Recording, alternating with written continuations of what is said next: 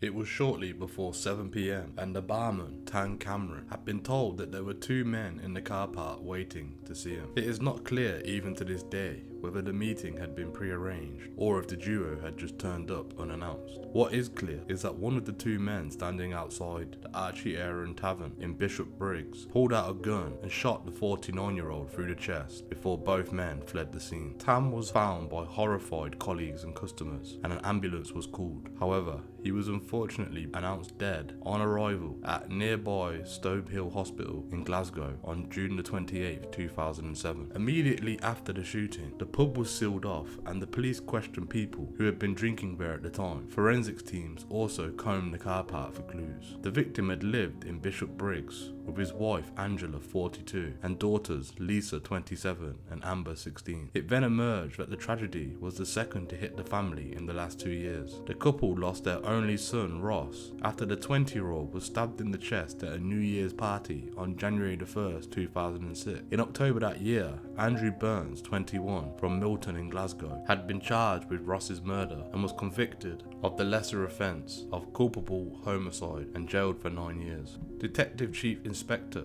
John McGovern, the officer leading the investigation into Tam's murder, was at pains to point out that he didn't think there was a link between the two killings. He said at the time, Tam Cameron was working as a barman in a pub and went into the car park where he met two men. Some sort of disturbance occurred, resulting in him being shot. We believe he knew his killer and that he was the intended victim. However, we are still trying to establish the motive for this crime. Mr. McGovern added, Thomas was a family man and his wife and two daughters are naturally distraught by his untimely death. His son was killed 18 months ago and I am aware of the speculation connecting these deaths. I would stress that there is absolutely nothing to suggest that there is any connection between the killing nor any other incidents that have occurred in the area. This sort of behavior is totally unacceptable and those responsible must be caught and brought to justice. A suspect quickly emerged for the killing who police believed had fled Scotland and was now in Spain. The then unnamed 43-year-old man lived in the Postle Park area and a number of addresses were searched. At that stage, his name was not released, but forces across Europe, particularly Spain, were given his description and told to look out for him.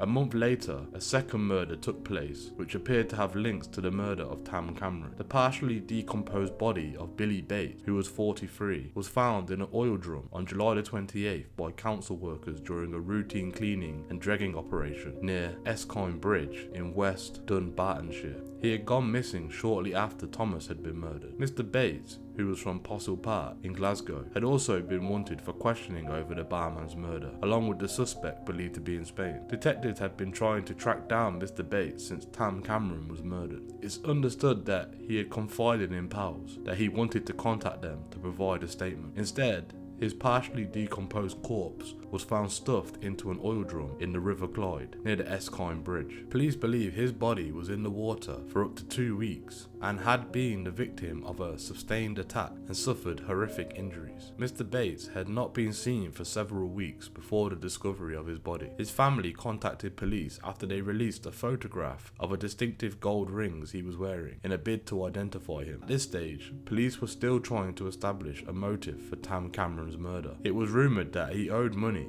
but whatever the reason, nothing could excuse the brutality of the slaying. In the next 4 years, the search for the prime suspect spread across Europe and further afield. However, in a dramatic development in 2011, Strathclyde Police, now Police Scotland, went public for the first time with a name and a photograph, and a description was issued of their suspect with permission from the Crown Office. He was Derek McGraw Ferguson, who used a number of aliases including William Murdoch Henderson and went by the nickname Deco. Officers believed he had been travelling between Ireland, Portugal, Holland, Turkey and Spain under an assumed name and was being financially supported. He was described as bald, with green or blue eyes and around 5'2". He also had tattoos of an arrow and a heart design with a dagger, while part of his left ear was missing and had used an Irish accent in the past. Officers from Strathclyde even travelled to Madrid to make a joint appeal for information with the Spanish authorities. It was a part of a wider crackdown on British criminal suspects living abroad, codenamed Operation Capture. Though others were arrested as a result of the investigation, Mr. Ferguson still remains at large. In 2009, 2017, it was revealed that the suspect may have made a secret return to Scotland in 2015, possibly on a fake passport, but he left before officers received information about his trip home. By this time, a special team had been set up by the Scottish Crime Campus in Garcosh, Lanarkshire, to find Mr. Ferguson.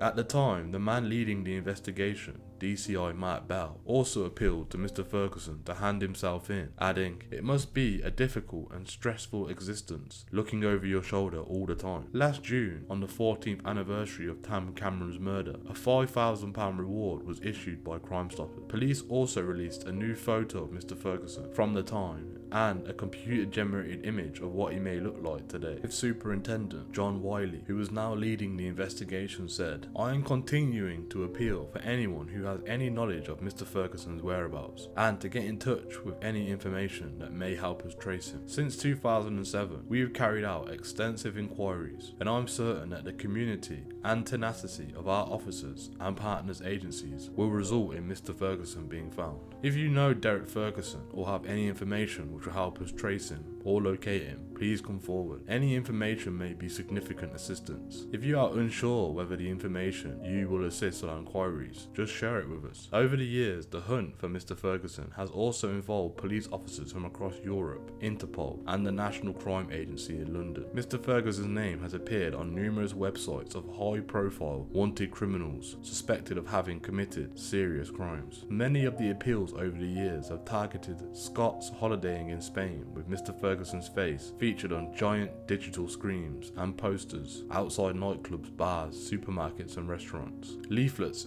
in Spanish and England have been handed out to both locals and vacationers. Police thought they had gained a breakthrough 2 years ago when they cracked an encrypted phone network. People involved in organised crime had been using the system to discuss their activities, thinking that it was secure. But law enforcement experts infiltrated the platform and managed to read the text that had been sent between the criminals. Information shared from the huge international effort helped Police Scotland's officers seize £25 million of drugs and £7 million of dirty cash. But there was still no sign of Mr. Ferguson. Over the years, the police have been unrelenting in their search for the murder suspect, who may now be in his late 50s. While they had been very successful in bringing others to justice in the same time, Mr. Ferguson still eludes them. One theory is that he is being hidden in a safe house to avoid capture. Given his distinctive appearance and height, it seems remarkable that he has managed to elude the authorities for so long. As the hunt for him enters its 15th year, the family of the murdered Tam Cameron are still waiting for justice and answers. A Police Scotland spokesperson said, "Derek Ferguson remains at large,